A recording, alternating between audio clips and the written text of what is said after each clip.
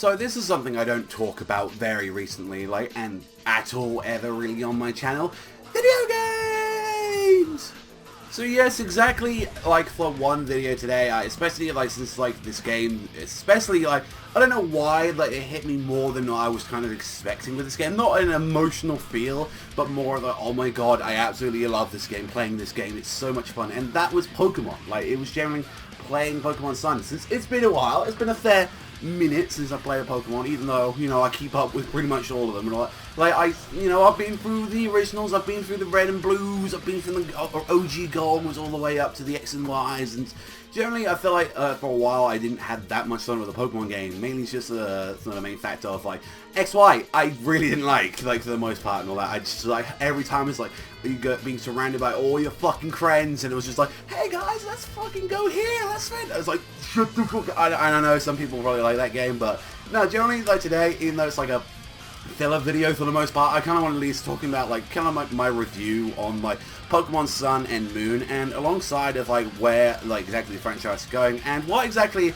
you guys should actually pick up this game. So I only recently beat this game with my squad lineup, and I will exactly show you my squad lineup all together. As we can clearly see, we got Zephyr, my boy, holding up the starters. We got Voltega, the Electabuzz. We have Yukina as my grass. I believe that's like Serane. I believe that is that Pokemon's name. We got Gigavice, which is a fucking powerhouse and a beast. We got Asta, of course, because we got to hold up the Black Balls. And then finally, of course, we needed a little bit of Fairy Tail in my group. We needed Igneel in there as the fighting dragon type. Sadly, I didn't get the fire like dragon one, which would have made more sense, but generally, yeah, that was the squad lineup I had for like the entire game, and just what a fun fucking game, alright? But oh boy, like, was the whole thing, it was like, you know, setting up the big game where it was like, hey guys, no matter, here's like all these Alolan forms, like here's all this general stuff going. Wow, I really didn't like have a lot of Alolan Pokemon. I honestly was like kind of a little bit disappointed by like how many there were, and they were all just Gen 1. Like they had like a new form of like Marowak, Diglett, all this kind of shit going on in the game, and it was like, oh, that's cool. There was so tiny amount of few, and that's like the biggest flaw with this game, and like I don't know if that's really with a lot of people as well, like what people have the main issue with this game is that the fact that the new Pokemon, like on both sides of the new Alolans and the new Pokemon in general, there's hardly fuck all of them. Like if you saw my team there, like you got the starter there, and then the other two you got is like pretty much like I just got them because they're fucking powerhouses, like beasts like that. Like it took me a long time to actually get them. For most of the game I actually had Gen 1 to Gen 3 on the team. I'm not asking for a black and white where they actually had 150 again. I'm not asking for that, but I don't know, it just kind of felt like there wasn't a lot in this game that I actually really liked, and plus some of the designs of like the new Pokemon I just actually generally didn't care for. And here's the most important thing about this game: Pokemon finally became really a JRPG in this gen. It's always kind of had a little story going on throughout the game, but this is probably one of the most longest stories in Pokemon that they've actually done, and especially since they got rid of like gyms and trials and all of this funny stuff. Now you got these things known as the trial captains. You gotta go against them and do their like kind of little quests that they have for them. So it'd be like searching for something or go and beat up the boss of the dungeon. Like I kind of actually like it, although they do have these things like Totem Pokemon which actually like, you know, get really strong and hench you. And then you've got the story throughout the entire game, which, to be fair, you're not really the main character. It honestly feels like that little girl Lily is the main character.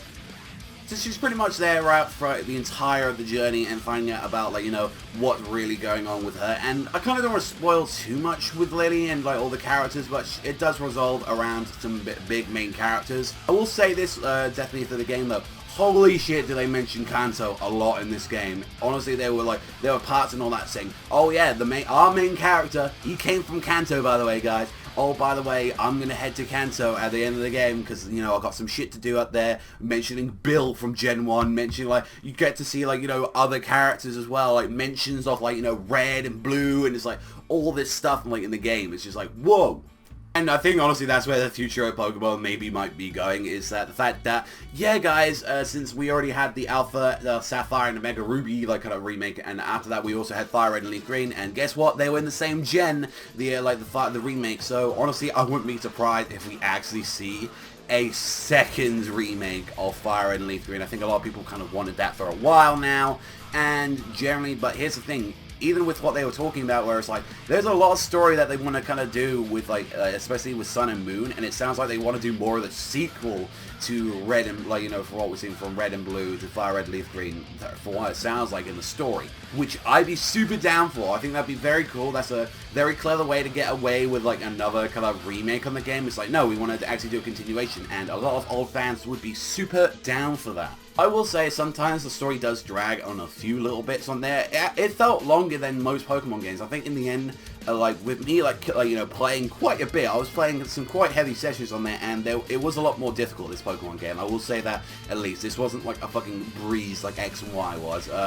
Although you did have, it wasn't as like the most difficult thing ever, and this wasn't a Nuzlocke or anything. But I think, like, you know, in total it took me about like 20 plus hours, or maybe 30, I think it, like in total it took me about 30 hours or something like that to finally beat this game. In total around about like 5 days or so. I think it pretty much took me a majority of the week. And honestly, for people that like haven't played Pokemon in a very long time, I would kind of recommend actually picking up this game. This game is actually goddamn solid. Me personally, it's up there. It's up there with like some of my favorite Pokemon games at the moment. Although maybe that's just like, I just felt it, like finished it recently and like, yeah, I feel real good. I mean, I still hold very close to my heart, like I still hold Leaf Green very close there. Even the original Gold, like they're probably some of my favorites I've had, like other players and all that. I started with Gold, so I've got a big attachment to that, especially the original like Sapphire, put too many hours on that, like don't even ask how many. And then, you know, there's so many good Pokemon games, so I think definitely this is like I think if everyone can pretty much agree, this is the best 3D Pokemon game. I think this is generally one, like the one that's finally abandoned sprites. I think, like, you know, out there, like some of the GameCube games that we've got, and alongside with this, like I think this is one of the best Pokemon games that we've actually had. As this only competitors that it has is honestly the Colosseum games, and the only one that really people talk about, I know, is the original Colosseum for the GameCube. On that, let me know what you guys think in the comments section down below. What do you think about like Pokemon like Sun and Moon if you played it? If not, I hope this actually like encouraged you.